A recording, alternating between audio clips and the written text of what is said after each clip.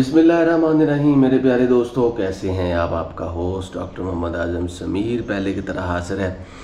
Canada की बातें हो रही हैं। लास्ट टाइम मैंने आपको अपडेट दी थी कि कनाडा ने कहा है कि भाई जो युगांडा या साउथ सूडान या कॉन्गो में अगर गया होगा लास्ट 21 दिन में तो उसको कनाडा आने की इजाज़त नहीं है। तो खैर वो तो एक अपडेट है, उसके साथ साथ ही आपको प्लान करना होता है। लेकिन आज जो मैं वीज़ा लेकर आया हूँ कनाडा का, अमेजिंग, रियली वंडरफुल। लेकिन ये सीनियर सिटीजन्स के लिए है।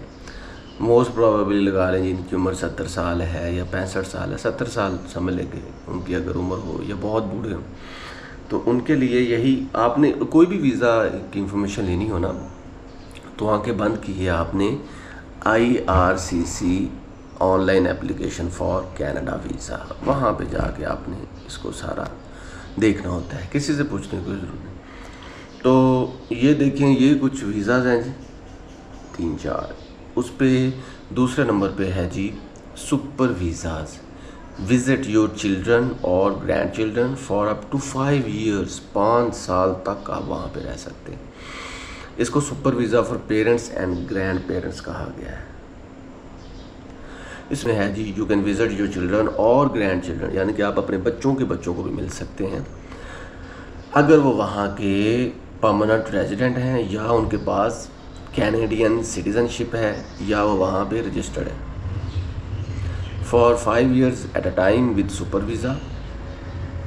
इट प्रोवाइड्स मल्टीपल एंट्रीज, ये आपको मल्टीपल एंट्रीज प्रोवाइड करता है फॉर अप टू 10 ईयर्स, 10 साल तक। यू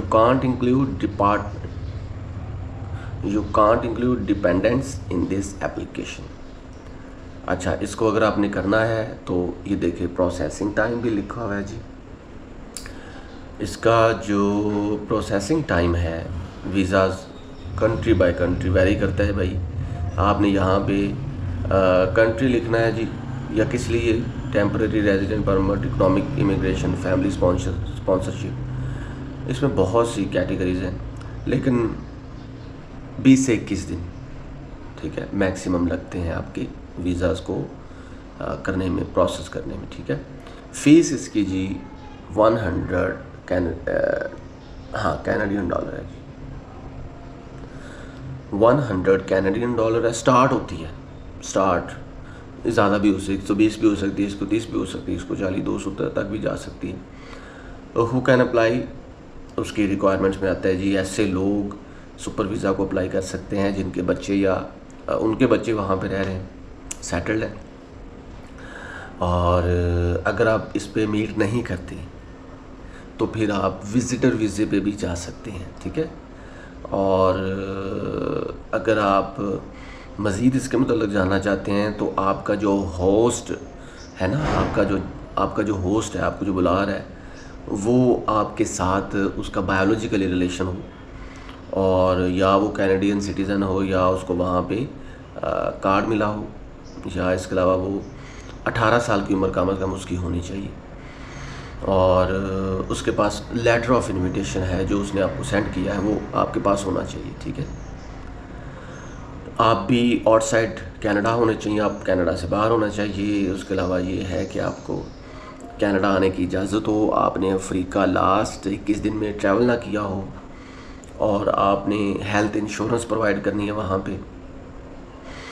और इसके अलावा ये है कि अदर कंडीशंस भी हैं। तो ये सारी चीज़ें हैं जो यहाँ पे इसी वेबसाइट पे लिखी हुई। इसमें है जी how long you can stay Canada, तो उसमें उन्होंने बताया गया है जी आप 5 साल तक भी रह सकते हैं, 10 साल तक भी रह सकते हैं, लेकिन 5 साल कन्फर्म है, ठीक है। फॉर्म्स एंड डॉक्यूमेंट्स क्या क्या हैं जी, लेटर ऑफ इनविटेशन होना चाहिए, प्रूफ ऑफ हेल्थ इंश्योरेंस होनी चाहिए, proof of completing medical exam होना चाहिए, प्रूफ दैट योर होस्ट इस कैनेडियन सिटीज़न परमानेंट, वो उसके पास वो कोई ऐसा प्रूफ हो कि वो वहाँ पे रह रहा है। आपका उसके साथ रिलेशनशिप वो भी प्रूफ होना चाहिए, और ये सारी चीज़ें हैं जी, और इसके अलावा कुछ भी नहीं है, ठीक है। तो मैं मोर और लेस ये है कि लेटर ऑफ इनविटेशन और आपका उसके साथ रिलेशन और वो वहाँ पे रह रहा है, ये 3 चीज़ें ज़्यादा वैल्यूएबल है। इसके अलावा जी आप इन तमाम चीज़ों को कंप्लीट करने के बाद फिर आप अपने IRCC में ही अपने आप को रजिस्टर करेंगे और फिर आप सबमिट कर देंगे जी योर एप्लीकेशन। और जब आपकी एप्लीकेशन सबमिट हो जाएगी then you will have to wait कम भी हो सकता है, वेट ज़्यादा भी हो सकता है, आपका नहीं, आपकी एप्लीकेशन को लेकर आपके वीज़े का। देखिए दोस्तों, मैं आपको एक छोटी सी बात बताता हूँ। कुछ चीज़ें ऐसी होती हैं कि उनको बगैर पढ़े ही जान लेना चाहिए। फॉर एग्ज़ाम्पल आजकल के दौर में देख लें, अगर आप किसी बड़े बंदे को मिलेंगे ना तो आपको बहुत सारे रास्ते इख्तियार करने पड़ेंगे। पहले सेक्रेटरी को मिलना या उसके दोस्त अहबाब को या रिश्तेदारों को या कोई बहुत बड़ी फरमाइश लेके जाना, फिर ही आप उसको मिल पाएंगे।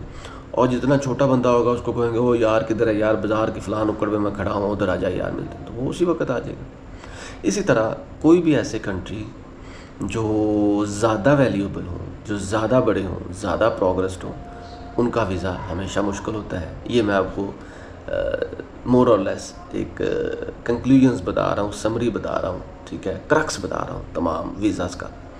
और जो कंट्रीज़ ऐसे हैं जो ज़्यादा इम्पोर्टेंट नहीं हैं, जो ज़्यादा वैल्यूएबल नहीं हैं, जो ज़्यादा गरीब हैं, उनका वीज़ा उतना ही आसान होता है। तो कनाडा चूँकि अमीर कंट्रीज़ में आता है, वैल्यूएबल नेशन है, तो इसलिए ये जितने भी यूरोपियन कंट्रीज़ देख लें उनका शेंजन वीज़ा देख लें, अमेरिका का वीज़ा देख लें, ऑस्ट्रेलिया का वीज़ा देख लें, आपको तजर्बात से गुज़र के, भट्टी से गुज़र के, तिनका कर के वहाँ पे पहुँचना होता है, ठीक है। तो भाइयों, जितनी नेशन मजबूत उतना ही वीज़ा प्रोसेस उसका स्ट्रॉन्ग होता है, टफ़ होता है। आपकी डॉक्यूमेंटेशन अच्छी है, IRCC के इस प्लेटफॉर्म पे जाएं, आपको सारी इन्फॉर्मेशन मिलेगी। जो डॉक्यूमेंट्स कहते हैं उसको आप ऑर्गेनाइज़ करें, अप्लाई करें, इंशाल्लाह ताला आपका वीज़ा कंप्लीट है। तो आज तक के लिए बस इतना ही। मिलेंगे next country next visa index के साथ। तब तक के लिए अपना भरपूर ख्याल रखें, चैनल को सब्सक्राइब करना मत भूलें। अल्लाह हाफिज़।